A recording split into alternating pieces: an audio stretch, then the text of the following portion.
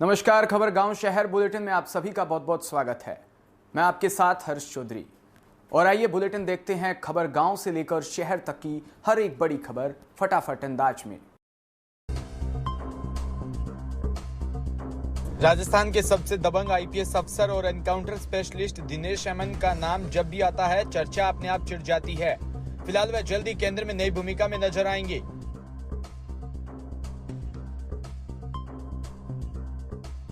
Rajasthan cadre में 1995 bench के IPS Dinesh एमन की धाक पुलिस के हर विभाग में हो रही है। फील्ड पोस्टिंग में थे तो कुख्यात गैंगस्टर को सलाखों के पीछे पहुंचाया। अब एसीबी में बतौर एडीजी घूसखोर अफसरों पर शिकंजा कस रहे हैं।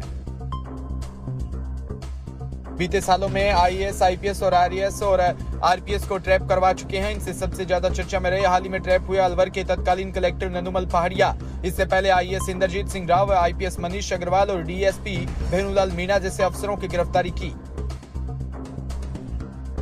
एक के बाद एक ताबड़तोड़ कार्रवाई के बाद एसीबी की ऐसी धाक कायम हुई कि यूपी, हरियाणा, दिल्ली, केरल, हैदराबाद और मध्य प्रदेश से दूसरे राज्यों की एजेंसियां भी ट्रैप की ट्रेनिंग लेने आने लगी। बड़े बड़े अफसरों को ट्रैप करने के बाद सीएम या मंत्री का कितना दबाव होता है?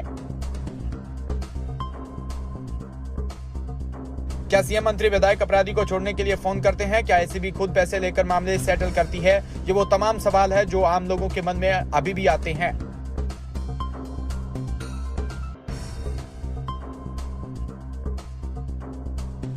झालावाड़ जिले की डग पंचायत समिति क्षेत्र की ग्राम पंचायत की आसरा के गोविंदपुरा में स्थित सिद्धेश्वर महादेव मंदिर में चल रहे 6 दिवसीय संगीत में भगवत कथा ज्ञान गंगा का आयोजन समापन हुआ।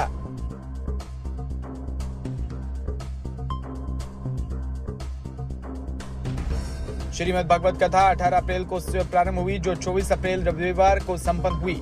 कथा का आयोजन मंदिर समिति व ग्रामवासियों के सहयोग से सफल हुआ, जिसमें सैकड़ों की संख्या में श्रद्धालुओं ने धर्म का तन मन धन से सहयोग कर लाभ लिया।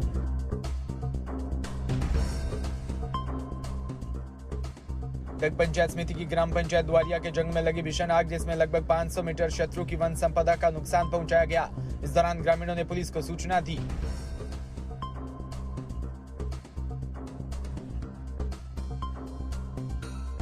आग तेज होने के कारण बिना संसाधन के आग पर काबू नहीं पाया जा सका। आशंका को देखते हुए दमकल भवानी मंडी व दूसरा दमकल मध्य प्रदेश बेसोदा मंडी से गाड़ियां बुलाकर ग्रामवासियों व पुलिस की मदद से आग काबू पाया।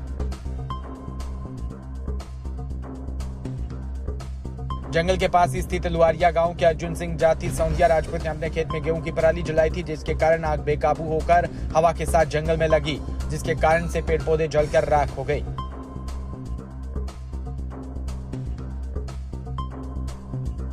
जवाल के जीएसएस पर सोमवार को अघोषित बिजली कटौती को लेकर क्षेत्र के किसानों ने धरना दिया। धरने के दौरान किसानों ने जमकर सरकार के विरुद्ध नारेबाजी की।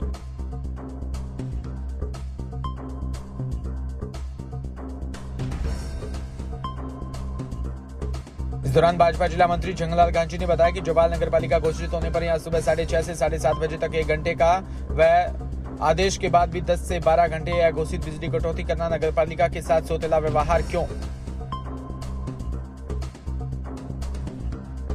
किसानों ने अपने ज्ञापन में बताया कि क्षेत्र में 12 से 14 घंटे अघोषित बिजली कटौती के साथ कम वोल्टेज होने से किसानों के बिजली उपकरण जल रहे हैं।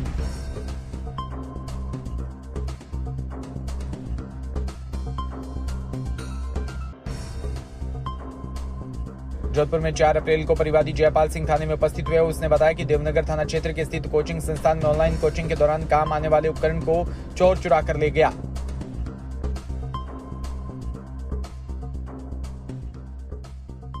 सीसीटीवी कैमरे खंगालने पर एक संदिग्ध व्यक्ति दिखाई दिया, जिसकी जांच करने पर पाया कि वह राजू चारण नामक का युवक है। पुलिस द्वारा इस व्यक्ति की सूचना एकत्रित कर यह पता लगाया गया कि अपने पैतृक गांव गया हुआ है।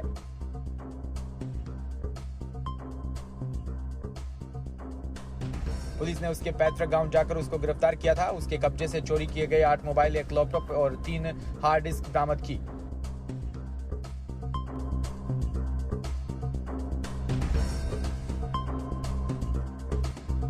जोधपुर संभाग के सबसे बड़ा अस्पताल खुद बीमारी के हालात में। अस्पताल को खुद इलाज की जरूरत और यदि समय रहते इसका इलाज नहीं करवाया तो ये कई बड़े हादसे का सबब बन सकता है।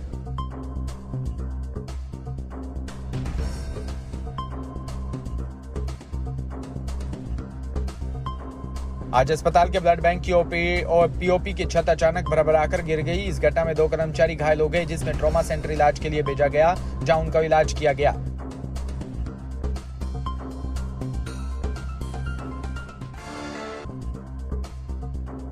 कोरोना की चौथी लहर को लेकर राज्य सरकार अलर्ट मोड में, वहीं आम लोग गंभीर नहीं हो रहे। इसकी मिसाल रायबरेली में तब सामने आई जब जिला अस्पताल में वार्डों के औचक निरीक्षण को सीएम पहुंची।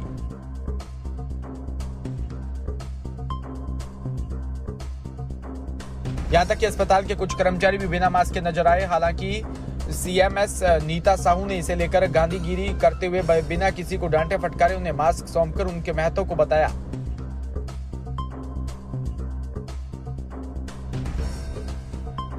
रायबरेली जनपद के अर्जनपुर थाना क्षेत्र के अंतर्गत पिंडारी सरगई गांव में जमीनी विवाद को लेकर 2 पक्षों में खूनी संघर्ष हुआ। दोनों पक्षों में जमीनी विवाद को लेकर कई महीनों से तनाव चल रहा था।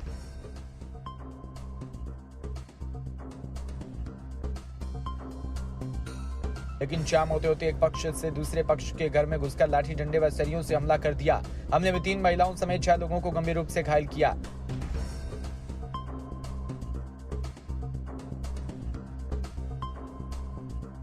बिजनौर पुलिस को मिली बड़ी सफलता। 5 छात्र ई रिक्शा चोर गिरोह का पर्दाफाश किया। चोरी की 6 ई रिक्शा व अवैध शस्त्र बरामद किए। दरअसल आपको बता दें, जनपद बिजनौर के एसपी डॉक्टर धर्मवीर सिंह के सैनिकों द्वारा अपराध में विरोध अभियान चलाया गया। अभियान के अंतर्गत चांदपुर पुलिस स्वास्थ्य सर्विलेंस टीम ने चेकिंग के दौरान नूरपुर चांदपुर रोड से 5 अभियुक्त वसीम इरशाद मोहम्मद सहित 6 को ई रिक्शा व 2 अवैध तमचा और 315 बोर में 2 जिंदा कारतूस गिरफ्तार किया। एसपी डॉक्टर धर्मवीर सिंह ने बताया कि यह चोर बहुत ही शातिर किस्म के हैं और विभिन्न शहरों से चोरी की घटना को अंजाम देकर सामान कबाड़ी को बेच देते हैं।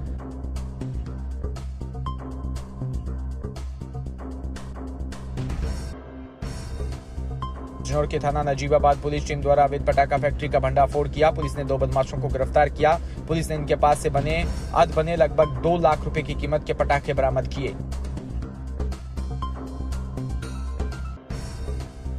पुलिस ने अवैध पटाखा बनाने वाले अरशद सत्यवीर नाम के अभियुक्त को मुखबिर की सूचना पर गांव गडमलपुर के में घेराबंदी कर गिरफ्तार किया।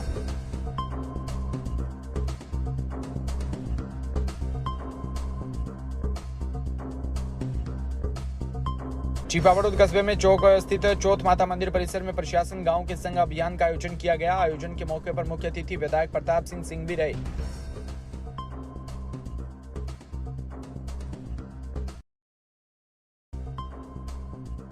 साथ ही मौके पर आमजन को पेंशन, जन आधार और कार्ड संशोधन, जन्म मृत्यु विवाह पंजीयन के कार्य किए गए। वहीं ग्राम पंचायत द्वारा उपखंड अधिकारी जनक सिंह, तहसीलदार गोकुल प्रसाद, सरपंच सीमा जैन की उपस्थिति में लाभार्थियों को 107 पट्टों का वितरण किया। देश में बिजली की मांग पिछले 38 सालों के हाईएस्ट लेवल पर पहुंच चुकी है, जबकि कोयले की सप्लाई मांग के मुताबिक बीते 10 सालों में सबसे कम। गाइडलाइंस के मुताबिक कोयला बेस्ड थर्मल पावर प्लांट्स की यूनिट को पूरी कैपेसिटी में चलाने के लिए 26 दिन का कोयला स्टॉक जरूरी। फिलहाल इस बुलेटिन में इतना ही और तमाम खबरों के लिए आप जुड़े रहिए हमारे साथ। नमस्कार।